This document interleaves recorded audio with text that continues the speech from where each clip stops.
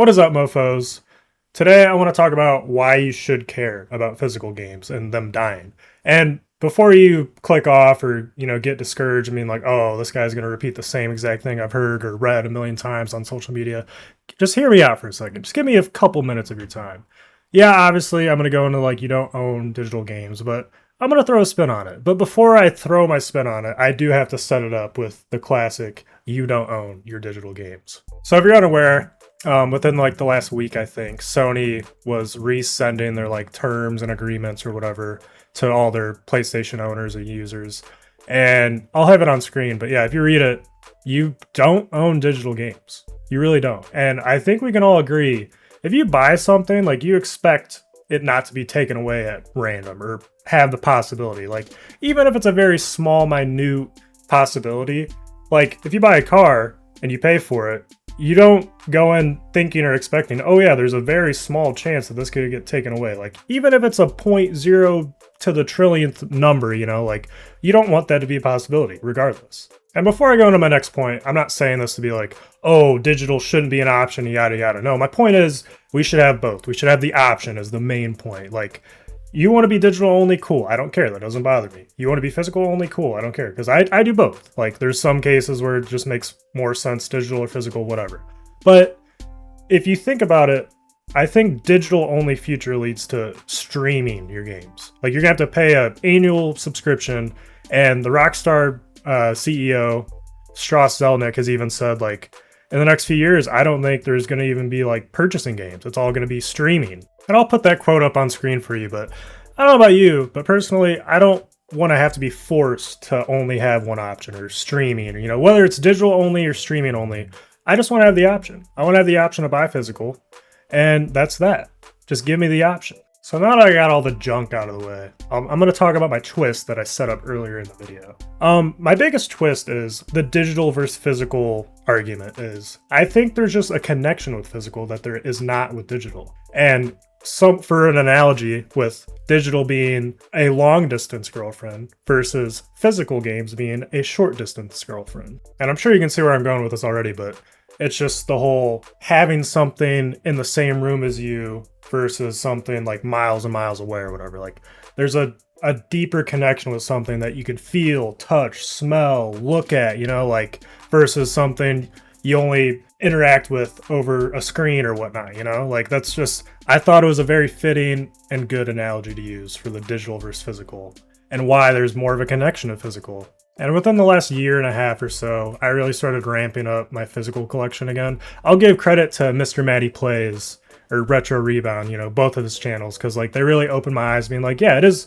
It's to me, it feels like Thanos going around collecting Infinity Stones when I add another game to my collection, whether it's new or old. An even better analogy would be Pokemon or collecting Pokemon cards or a game.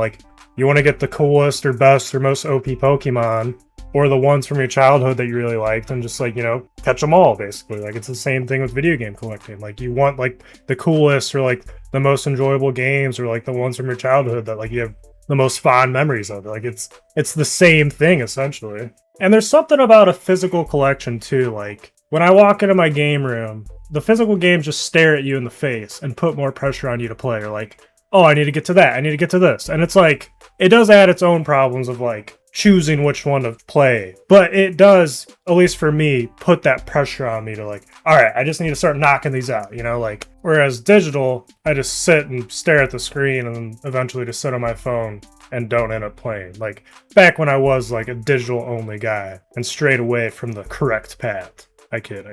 And going off of that point, me, I'm sure many of you have seen the rise of YouTube videos titled, "Why are video games boring now?" Or they go along the lines of why can't I find the motivation to play like I once did? I still want to play, but I just can't get the motivation back or, whatever. And I truly do think part of that, not saying it completely fix it, but is because most people only own digital games. And it's just not the same connection as if you did have physical games and discs to look at or touch or feel, smell, something that's actually in the same room as you versus a bunch of games you only see on a screen or whatever you have downloaded at the current time, you know? Because again, it does kind of put that pressure on you to be like, oh, damn, I got all these games. Like, I need to play something. Like, it's just a physical reminder. But moving on to my next point, I think it's way more fun buying like old used games, or not even old, but just used games on eBay or whatever the case is, and waiting for them to come in and you finally get to open it and check it out after, you know, a few days or a week. And I think the main reason why is just the buildup. There's just something that comes along with waiting a week or whatever the case may be, or a few days. And like, even beyond video games, like if you have to wait for something you really want, it builds up those emotions. And then when you finally get it, it's all the more like gratifying, or you're all the more appreciative once you finally get it. And I'm not saying, oh, I want to wait years and years for a video game, but you kind of get the point. Like that applies to like all sorts of things in life. And of course, adversely, buying digital is just instant and there's just no buildup. And obviously you're buying the game to play it. So it's not like, oh, I just want that feeling of waiting. Like, no, like I get that, but it is just the adverse of what I just said. And one of the even cooler things of buying used games is they're cheaper. Like, digital prices on consoles rarely go down. And that might change if it does go digital only, you know, whatever. We'll have to wait and see about that. But that is a big factor. Like, I don't want to pay $60 or the full price it was for a game that came out a few years ago or 5-10 years ago. Like, you know, for instance, Call of Duties on most consoles are still like $60 or up there. Like, I don't want to pay $60 for a 20-year-old game at this point, you know, like, just kind of ridiculous. And if you really sit down and think about it, shouldn't digital games be cheaper than physical?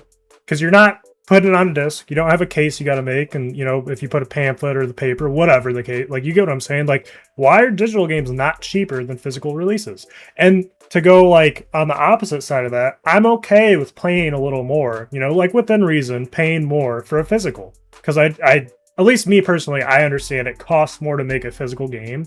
So I'll pay a little more for it. And like, I value that. So I would pay more, obviously within reason. Another big thing that physical has on digital is you can sell them. If you get sick of gaming, or you know, this game sucked and you don't really like it, granted, there is like some return policies for digital games, but it has to be within 30 days or whatever. But it's not anywhere near the same as I have this physical disc and I want to sell it because I'm sick of it. And yeah, like GameStop and retailers like that rip you off if you try to sell them there, but there's eBay, there's Facebook Marketplace, there's a whole plethora of options you have to get pretty good deal or price, you know, depending on how old the game is or how sought after it is. That's another big factor in my mind.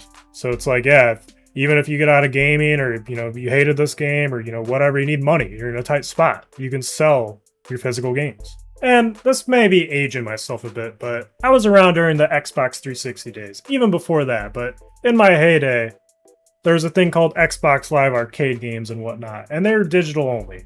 And there's a lot of games I can think of that I wish there was physical so I could still play them. To name a few, like I can think of Gotham City Imposters, Total Miner Forge. This is going to be a stupid one, but Baby Maker 2. Like, it was just like fun, stupid little like 99-cent games that, yes, it would have costed more to print them out than it was like for the price of the game. But the point still stands. If everything goes digital, there's going to end up being games that it's just like, oh, they get delisted, or, you know, whatever. Like, I don't have them anymore because they were digital only. So that's just like the moral of the story. So tell me what you think. Am I an idiot and I just need to accept the inevitable future of digital only? Or did I give you a new perspective or a different way to think about physical? And my point of this video wasn't to say, oh, totally be with physical people that, like, you know, are advocating for physical to stay alive. No, my point is, don't fight those people, because it does affect you some way or another too. Whether it's like video game prices, you know, whatever the case may be. So try not to be totally against it if you are, and see where those guys are coming from, because I think we could use more of that in life. Just because you disagree with someone doesn't mean you need to be totally against them. Or you can at least understand where they're coming from and just let them do their thing. Well, I think that wraps this one up. Please tell me what you think in the comments, or message me, you know, whatever you want to do. I'm open ears, and I'm always up for a debate. But if you made it through this full video, I truly appreciate it, and I will see you in the next one.